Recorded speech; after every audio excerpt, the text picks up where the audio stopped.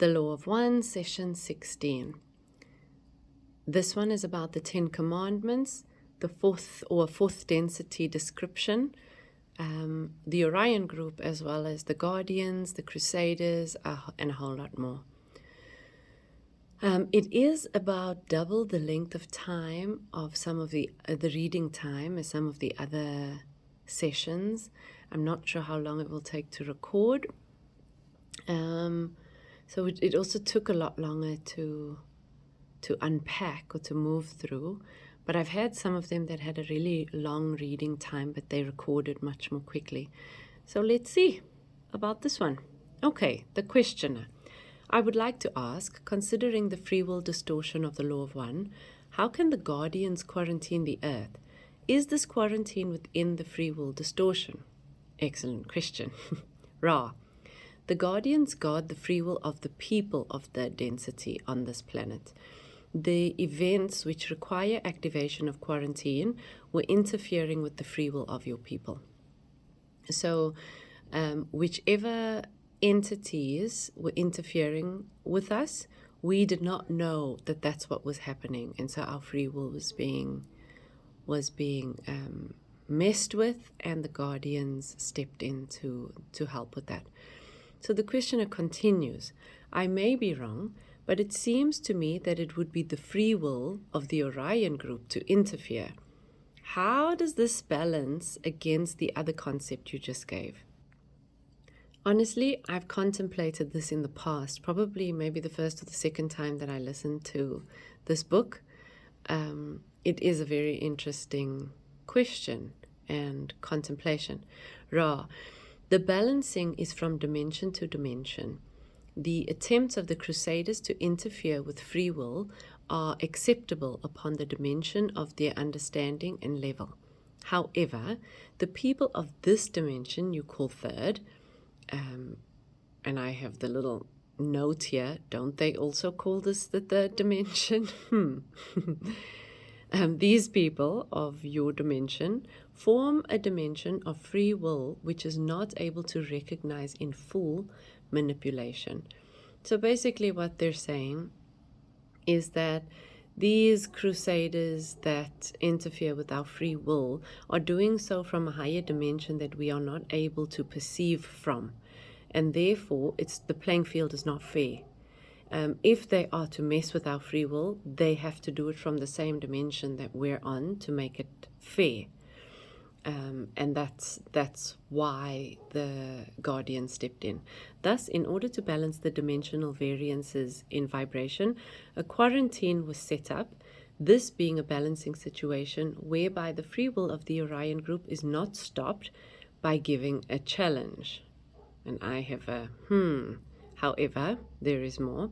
Meanwhile, the third density group is not hindered from free choice. They go on. The questioner. Could these windows that occur let the Orion group come through once in a while? Does this have anything to do with this free will distortion? This is where my is answered. Ra says, this is correct. The questioner, could you tell me how that works? Ra, the closest analogy would be a random number generator within certain limits. Questioner, what is the source of this random number generator?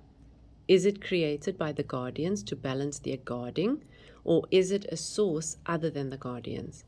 Ra says all sources are one. However, we understand your question.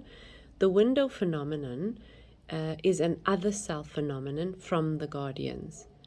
It operates from the dimensions beyond space-time in what you may call the area of intelligent energy.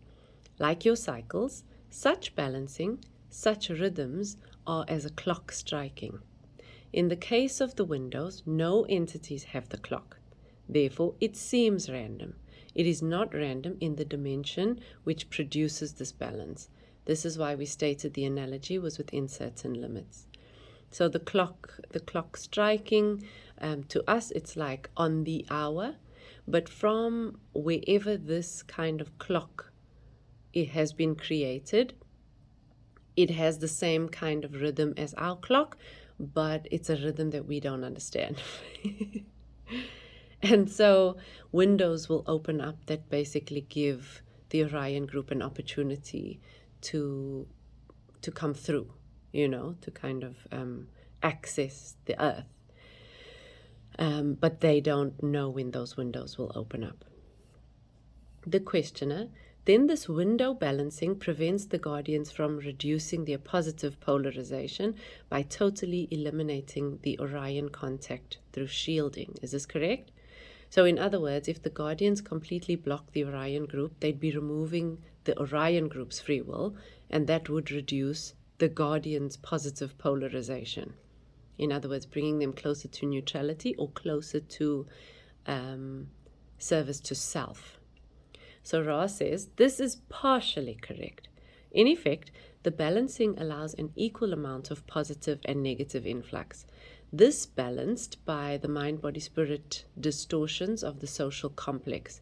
Thus, on Earth, less negative information or stimulus is necessary rather than more positive information, due to the somewhat negative orientation of your social complex distortion.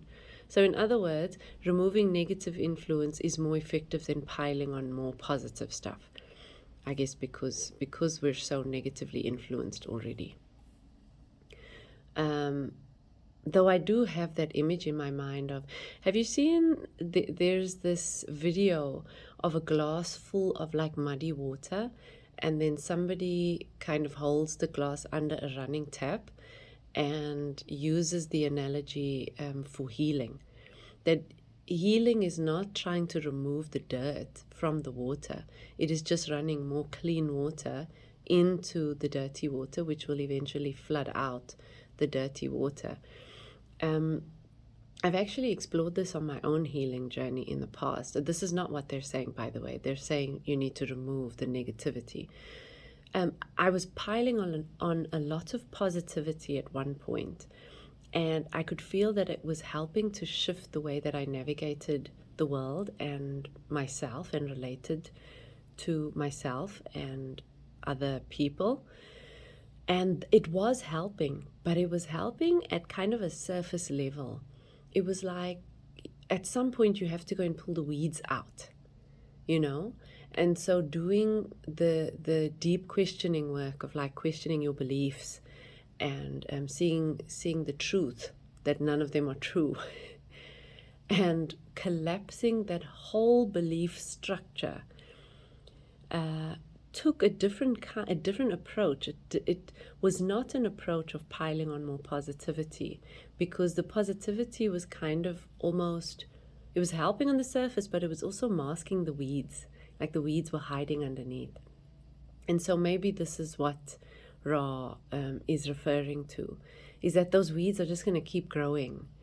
No matter how much positivity you try to pile on, you got to remove some of them so that the positivity has an opportunity to actually take root, so that the sunflowers can take root or whatever, the roses. Moving on. So the questioner says, in this way, total free will is balanced so that the individual may have an equal opportunity to choose service to others or service to self. Is this correct? Ra, this is correct. And then the questioner, this is a profound revelation, I believe, in the law of free will. Thank you. This is a minor question further to make an example of this principle, but if the Confederation landed on Earth, they would be taken as gods, breaking the law of free will and thus reducing their polarization towards service to all. I assume that the same thing would happen if the Orion group landed. How would this affect their polarization towards service to self if they were able to land and become known as gods? So Ra says, in the event of mass landing of the Orion group, the effect of polarization would be strongly towards an increase in the service to self. This makes sense to me, right? Precisely the opposite of the former opportunity which you mentioned. So for the guardians, it would decrease their service to others and increase their service, or the polarization toward service to self. So the questioner, if the Orion group was able to land, would this increase their polarization? What I am trying to get at is it better for them to work behind the scenes and get recruits from our planet the person on our planet going towards service to self strictly on his own, using his free will? Or is it just as good for the Orion group to land upon our planet and demonstrate remarkable powers and get people like that? So Ra says, the first instance in the long run, shall we put it, more salubrious or favorable to health for the Orion group, in that it does not infringe upon the law of one by landing, and thus does its work through those on the planet. In the second circumstance, a mass landing would create a loss of polarization due to the infringement upon the free will of the planet. However, it would be a gamble. If the planet then were conquered and became part of the empire, the free will would then be re-established.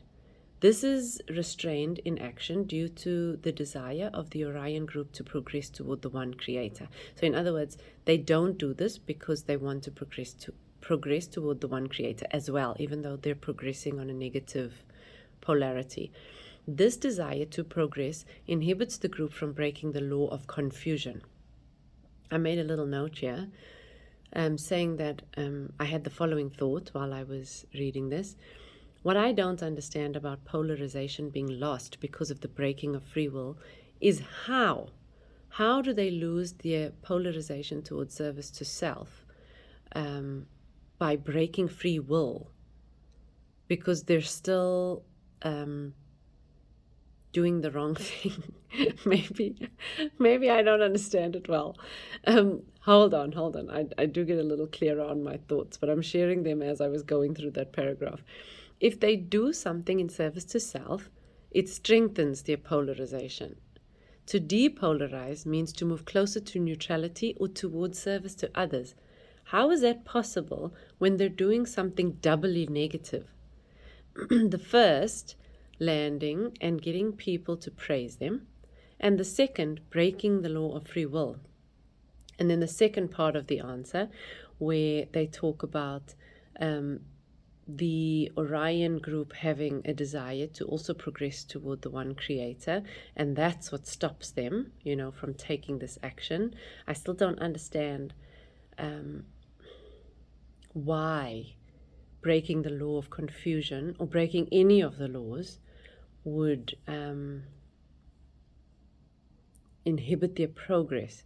But anyway, my thoughts continue that the second part of the answer clarified that the Orion group also has the desire to progress toward the one creator, and so they abide by the laws for that reason. If they break them, their progress is inhibited. And again, I have the question, how? But maybe they will talk about that at a later stage, or maybe there is something really obvious that I am missing. Nonetheless, this is an opportunity to share. So if you have some thoughts, please feel free in the comments. Next, the questioner, you mentioned the word empire in relation to the Orion group. I've thought for some time that the movie Star Wars was somehow an allegory in part for what is actually happening. Is this correct? And then Ra, this is correct in the same way that a simple children's story is an allegory for physical, philosophical and social understandings. Questioner, is there a harvest of entities oriented towards service to self, like there is a harvest here of entities oriented towards service to others? Question mark. Ra, there's only one harvest. Those able to enter fourth density through vibrational complex levels, which you may choose the manner of their further seeking. So in other words, we all are harvested together, those who are ready to be harvested, and you will just be placed in the appropriate place for your polarity. Questioner, then as we enter the fourth density, there will be a split, shall we say, and part of the individuals who go into the fourth density will go to planets or places where there is service to others, and the other part will go to places where there is service to self. Is this correct? Ra, correct. Questioner, well, the Confederation established its quarantine, I understand, 75,000 years ago. Has the Orion group been attempting to contact any part of the planet prior to that, or did they, ... How long have they been attempting to contact the planet? And then Ra, approximately 45,000 years ago, an attempt was made. It was not successful. Approximately 3,600 years ago, the group sent an entity of social memory complex to this planet. This effort met with some success, but didn't have as much impact as they thought. Since approximately 3,300 years ago, this group has constantly been working upon the harvest, just as the Confederation. By the way, this is where there is great potential to be triggered. A reminder that I am sharing the law of one. And if you do feel a trigger, just skip past this or observe it or try to transcend it or examine it or use it as an opportunity for growth. Here we go. The questioner, can you name the entity they sent here 3,600 years ago? Ra. This entity named by your peoples, Yahweh. Questioner, can you tell me the origin of the 10 Commandments? Ra.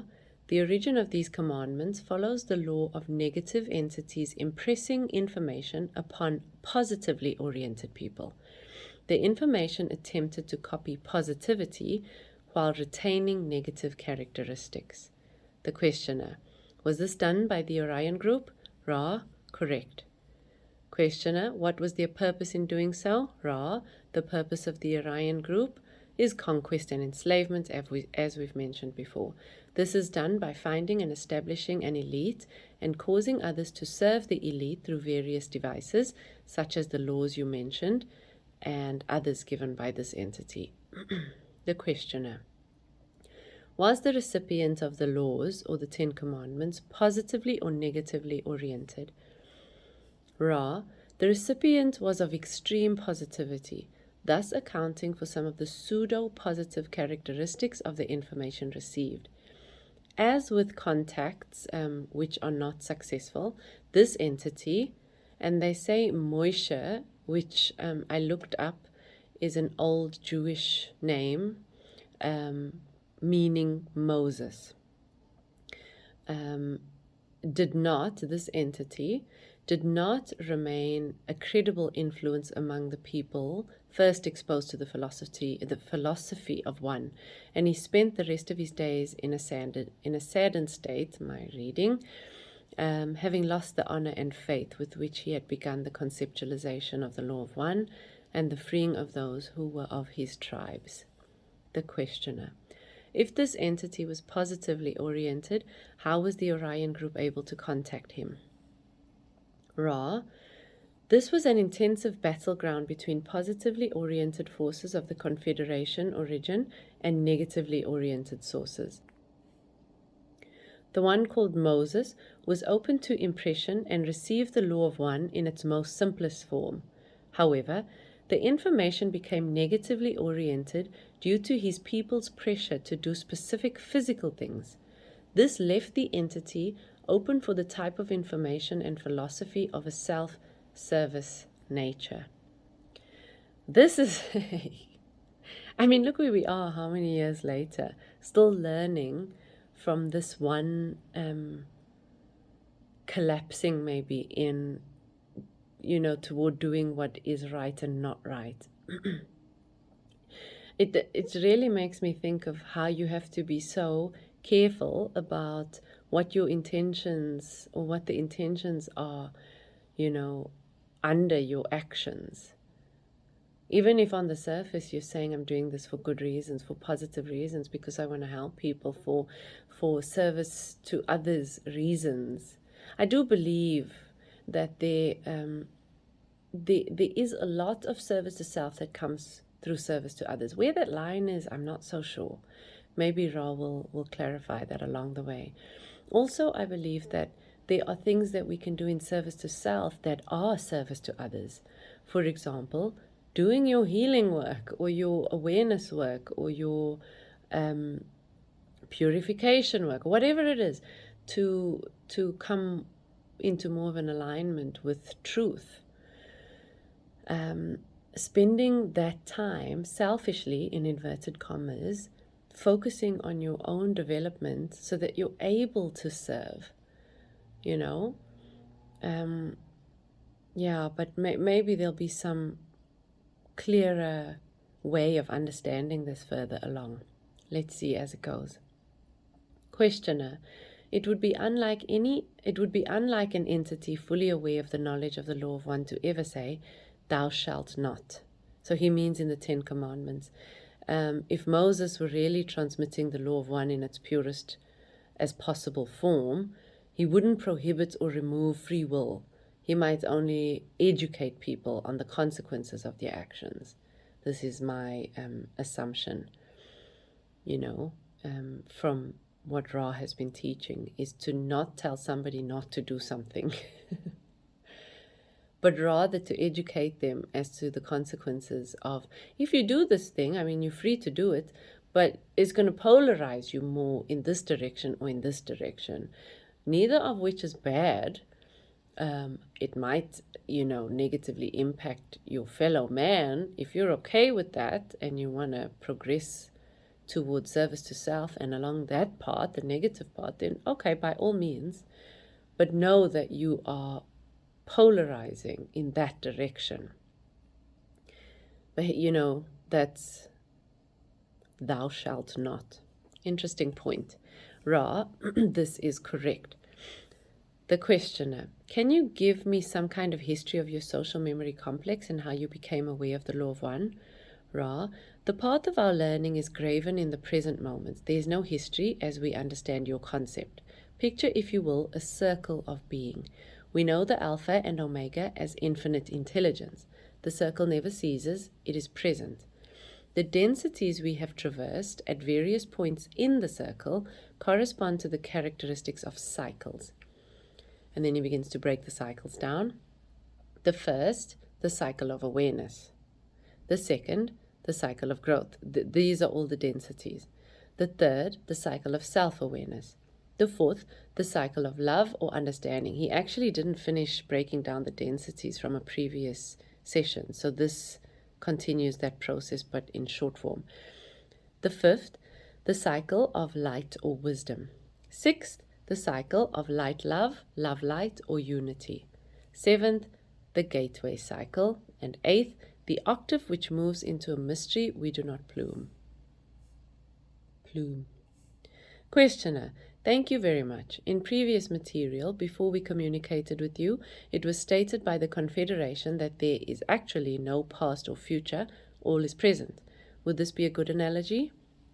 Ra, there is past, present, and future in third density. In an overview, such as an entity may have, removed from space-time or from the space-time continuum, it may be seen that in the cycle of completion there exists only the present. We ourselves seek to learn this understanding at the seventh level or dimension. We shall, if our humble efforts are sufficient, become one with all, thus having no memory, no identity, no past or future, but existing in the all.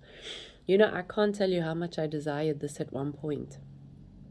I remember having this realization that you can never rest or escape. It was really, it was torturous. That even if you die, you go somewhere with your trauma, to heal it or to try again or whatever. And even if you don't go somewhere with your trauma, you can't turn the lights off. Like you can never turn the lights off, of awareness. And basically that the only way we get to do this, in my understanding, is through sleep. We in the third density, we go to sleep.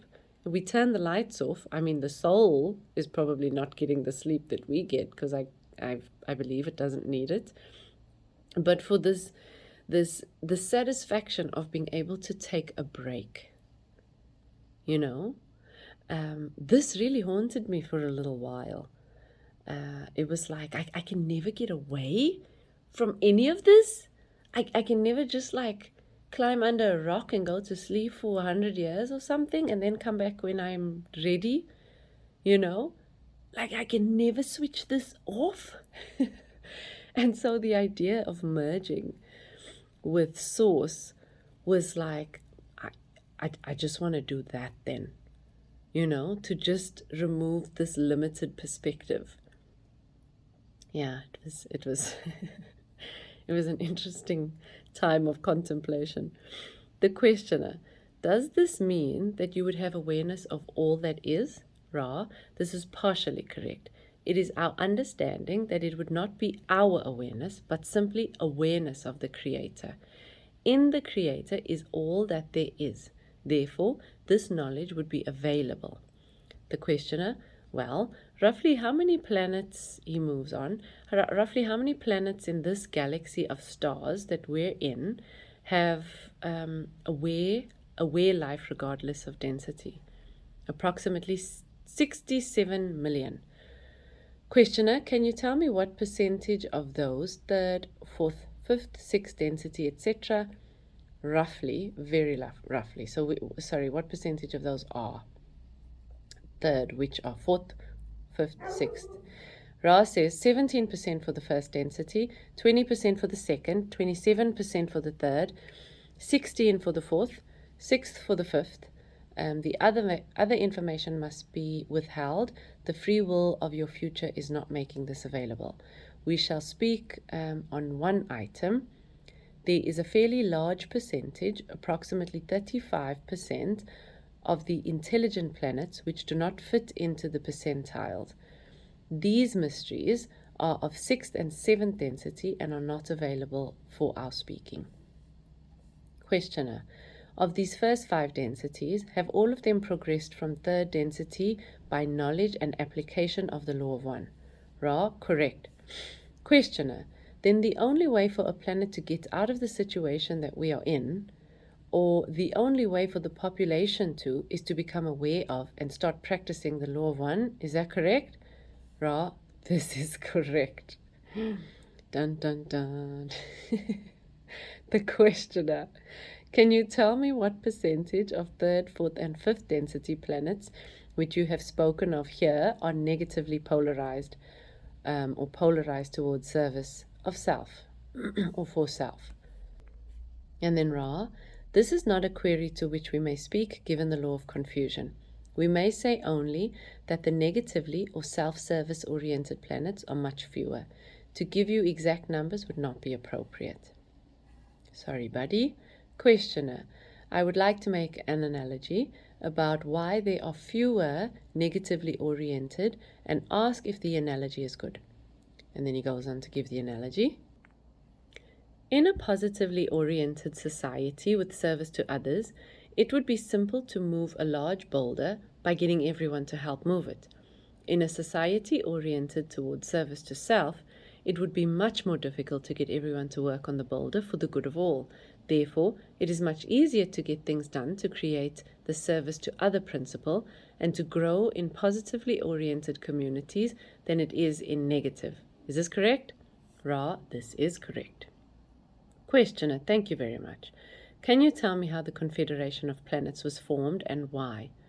Ra, the desire to serve begins in the dimension of love or understanding to be an overwhelming goal for the social memory complex.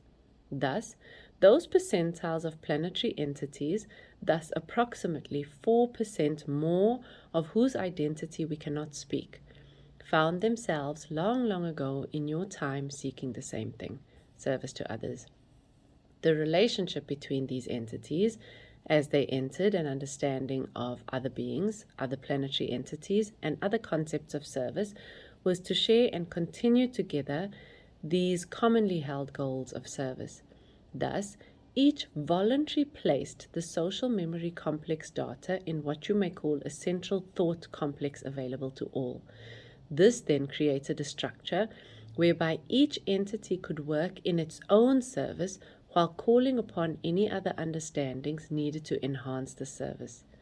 This is the cause of the formation and the manner of the working of the Confederation. Man, that was a beautiful description.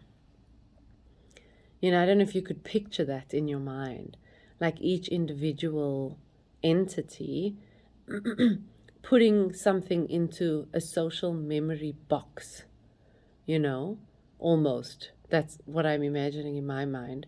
And then each entity basically has access to whatever's been placed in that box. Maybe our AI is like this. Let's not get into AI. Questioner. With such a large number of planets in this galaxy, I was wondering if you say there are approximately 500 confederation planets. That seems to me to be a relatively small percentage of the total number of fourth and fifth density planets around. Is there any reason for this relatively small percentage in the confederation? Ra, there are many confederations. This confederation works with the planetary spheres of 7 of your galaxies, if you will, and is responsible for the callings of the densities of these galaxies. Questioner, would you define the word galaxy as you just used it? Ra, we use that term in the sense as you would use star systems. Questioner, I'm a little bit confused as to how many total planets then roughly does the confederation that you are in serve? Ra says, I see the confusion. We have difficulty with your language. The galaxy term must be split. We call galaxy the complex that is local. Thus, your sun is what we would call the center of a galaxy.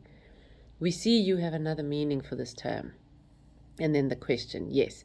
In our science, the term galaxy refers to the lenticular or the lens-like star system that contains millions and millions of stars or suns, and this had occurred earlier in our communications, this area of confusion. The language, not mine. I'm glad to get it cleared up. Now, using the term galaxy in the sense that I just gave you of the lenticular star system that contains millions of stars, do you know the evolution of other galaxies besides this one? Ra, we are aware of life in infinite capacity. You are correct in this assumption. So Ra is basically just answering the question directly. You know, if you had been asked, do you know of the evolution in any other galaxies besides this one? You might say, yes, I do. And then you would give the information. Ra says, yes, we are aware, and you are correct in this assumption. It's very cute. Questioner, can you tell me if the progression of life in the other galaxies is similar to the progression in this one? Ra, the process of spiritual evolution is universally similar, with all beings and systems following a progression that approaches unity or congruency over time. However, the exercise of free will introduces minor variations in this progression, leading to slight differences with one galaxy or from one galaxy to another. Despite these variations, the fundamental pattern of growth and development remains consistent across the universe. And then the questioner. And then the law of one is truly universal in creating the progression toward the 8th density or octave in all galaxies. Is this correct? Ra, this is correct. There are infinite forms, infinite understandings, but the progression is one. Questioner. I'm assuming it is not necessary for an individual to understand the law of one to go from 3rd to 4th density. Is this correct? Ra, it is absolutely necessary that the entity consciously realize it does not understand in order for it to be harvestable. Understanding is not of this density. Questioner, that is a very important point. I used the wrong word. What I mean to say was I believe that it is not necessary for an entity to be consciously aware of the law of one to go from 3rd to 4th density. And then Ra, this is correct. I wonder about this understanding. You know, maybe when we are not in the limited mind, or when we are in the limited mind, this mind cannot understand. But so many of us have these experiences that are absolutely impossible to put into words. But some deep part of us understands something, or to me it feels like there is some deep understanding that language does not have the capacity to explain. Maybe it's because the limited mind cannot grasp that understanding, and so no language. You know, it's like infinity. What is infinity? Can you conceptualize it? Can you understand it? Can you imagine it? Never mind conceptualize. Can you imagine it? Conceptualize, yeah, but imagine. Can you imagine? I remember when I was in my breath work, I had moved all the way back, release the body, release the mind, the identity with this physical, mental, emotional self, and landed myself in something that seems like the void, or how people have described the void. And I remember having the sense that this voidiness went on infinitely, but the awareness of infinity, like I could not be aware of that infinity, but the sense that it was infinite. I don't know if that makes sense. So it was like this knowing somehow that this was infinity, but there was no ability to experience infinity, with the awareness that was in that voidy space. And so coming out of that, it's like even that awareness could not fully grasp infinity, though it might have been aware that it was infinity. Anyway, the questioner. This is a very important point. Oh, sorry, we've already done that. Moving on. At what point in densities is it necessary for an entity to be consciously aware of the law of one to progress? Ra, the fifth density harvest requires that the entities consciously accept the honor duty of the law of one. This responsibility, honor, is the foundation of this vibration. Questioner, can you tell me a little more about this honor responsibility concept? Ra, each responsibility is an honor, each honor a responsibility. That's nice. I mean, it's nice to hear, to see it written in that way. It kind of feels really wholesome and sacred in a sense. The questioner, I want to ask a rather questionable question. I may not put it in the book. I was wondering if cattle mutilations that we now experience across the country and elsewhere could be explained by you. Ra, the greater part of your so-called mutilations take place according to the ways of your second density beings, which feed upon carrion. A portion of these so-called mutilations are those which are of what you may call multi-dimensional type, a thought form construct using various parts in order to have life and being in third density. The questioner, where do these thought forms come from? Ra, this is a very ambiguous question. However, we will attempt to answer. Firstly, they come from the Creator. Secondly, they come from what you may call lower astral or inner plane thought. Thirdly, in construct visualization complex, they reside in part beneath the crust of your planet. Questioner, are these one form in particular? Ra, these entities may take any thought form associated with an emotion of fear or terror. Questioner, are these thought forms able to attack only cattle, or can they also attack humans? Ra, these thought forms cannot attack third density beings. Questioner, can you tell me of the silver flecks that we have found sometimes on our faces or elsewhere? Ra, these are a materialization of a subjectively oriented signpost indicating to one person and no other a meaning of subjective nature. The questioner, so in other words, whatever that fleck is, it's personal to you. The questioner, who creates the silver flecks and are they real? Ra, picture, if you will, the increasing potential for learned teaching. At some point, a sign will be given to indicate the appropriateness or importance of that learned teaching. The entity itself, in cooperation with the inner planes, creates whatever signpost is most understandable or noticeable to it. The questioner, you're saying that we ourselves then create these? Ra, entities consciously do not create these. The roots of mind complex having touched in understanding, intelligent infinity create them. So in other words, it's just a way to kind of signal to you that you're on the right path. Maybe like 11:11. Or maybe I'm oversimplifying it. Maybe like, with me, my eyesight suddenly improving. And I've also seen somewhere that people's eye color changes when they go through spiritual awakenings. Mine changes anyway, so I can't use that as kind of like a way of understanding, because since I've been a baby, they change like with the weather and my mood and stuff. But my eyesight improved when I went through my first awakening. And so maybe it's similar to that, like physical things happening in your body to signify to you that something is going on, to encourage you to question more deeply. Maybe. Just a thought.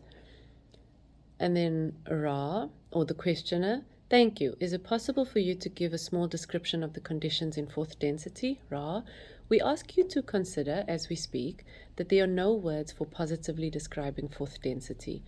We can only explain what it is not and approximate what it is. Beyond fourth density, our ability grows more limited still until we become without words. That which fourth density is not. It is not of words. Sounds so peaceful. Unless chosen.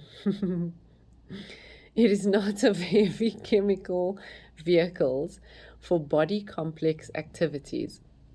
It is not of disharmony within self. It is not of disharmony within peoples. It is not within limits of possibility to cause disharmony in any way. Approximations of positive statements. It is a plane of a type of bipedal vehicle which is much denser and more full of life. So I guess having two legs. It is a plane wherein one is aware of the thoughts of other selves. I guess that's why you don't need words.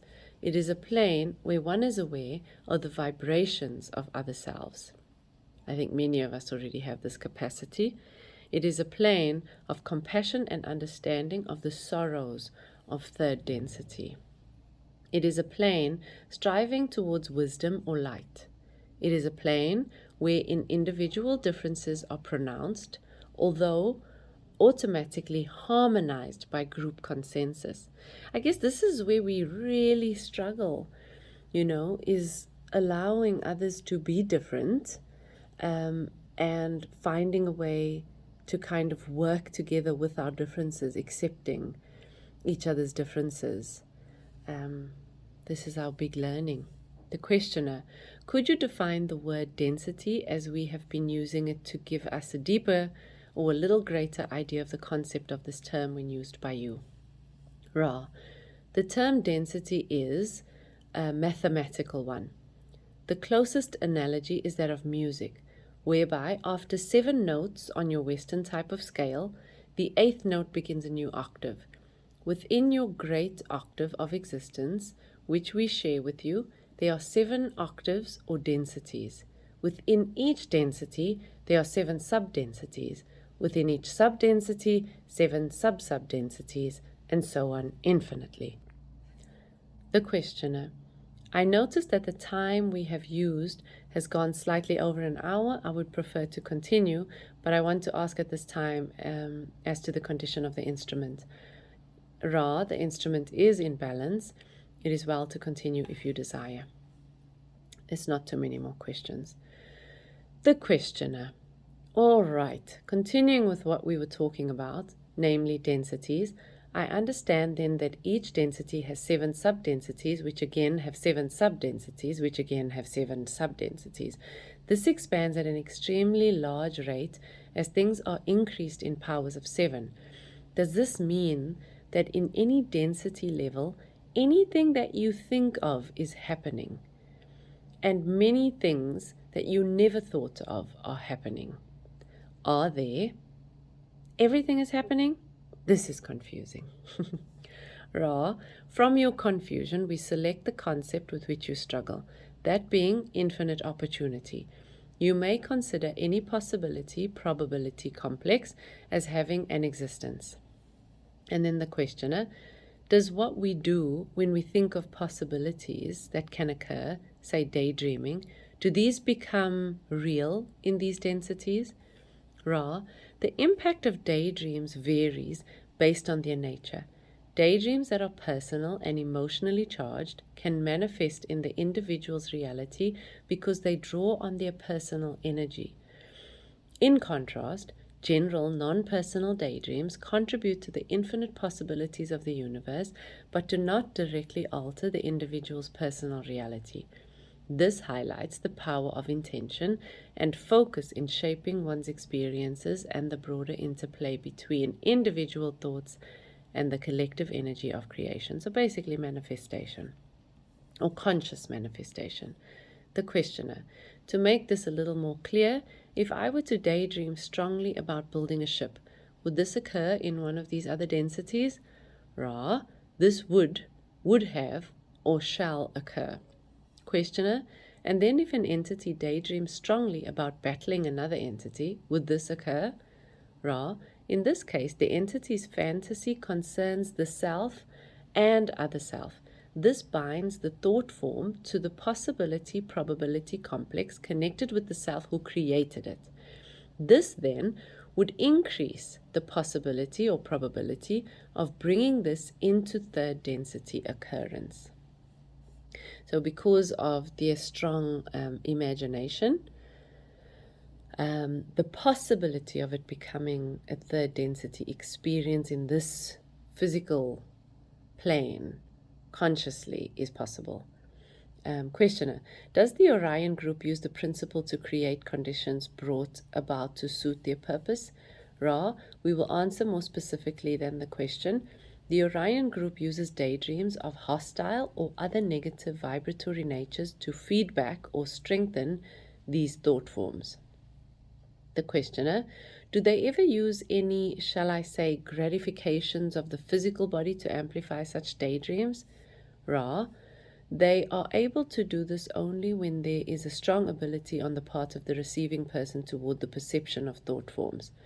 This could be termed an unusual characteristic, but has indeed been a method used by Orion entities. I'm not entirely sure what they're talking about here when they say gratifications of the physical body to amplify the daydreams. I wonder if it could potentially be something like, in fact, let me not try to guess. If you have thoughts, you can pop them in the comments. The questioner, the many wanderers coming to this planet now and in the recent past, are they subject to Orion thoughts? And then Ra, as we have said before, wanderers become completely the creature of third density in mind-body complex. There is just as much chance of such influence to a wanderer entity as to a mind-body spirit complex of this planet. The only difference occurs in the spirit complex.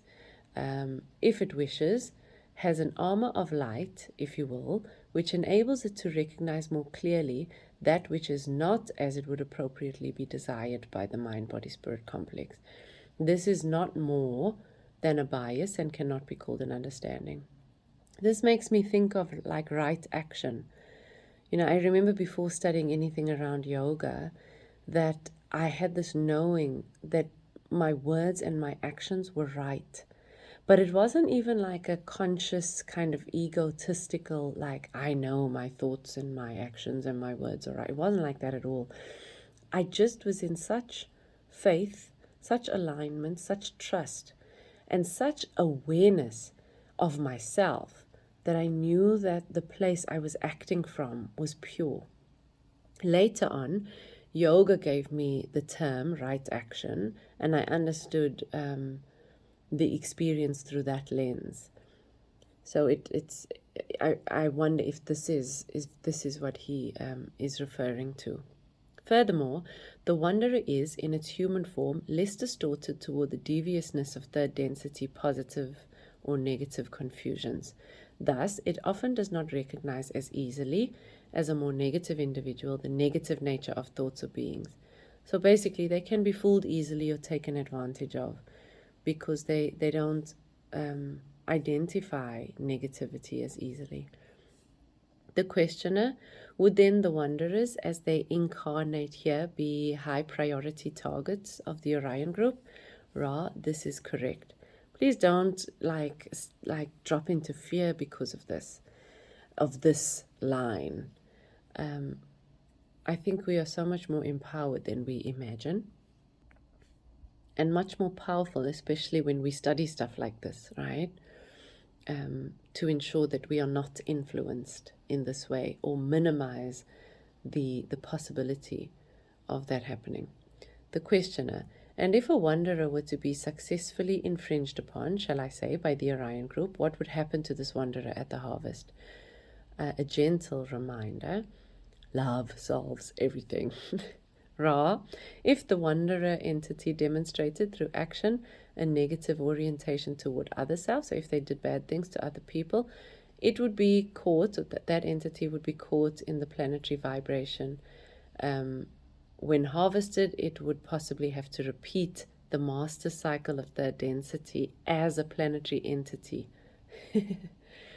And that is the last question.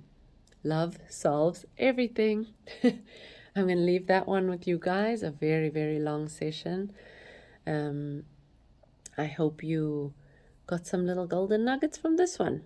Have a beautiful one, and I will see you guys on session 17.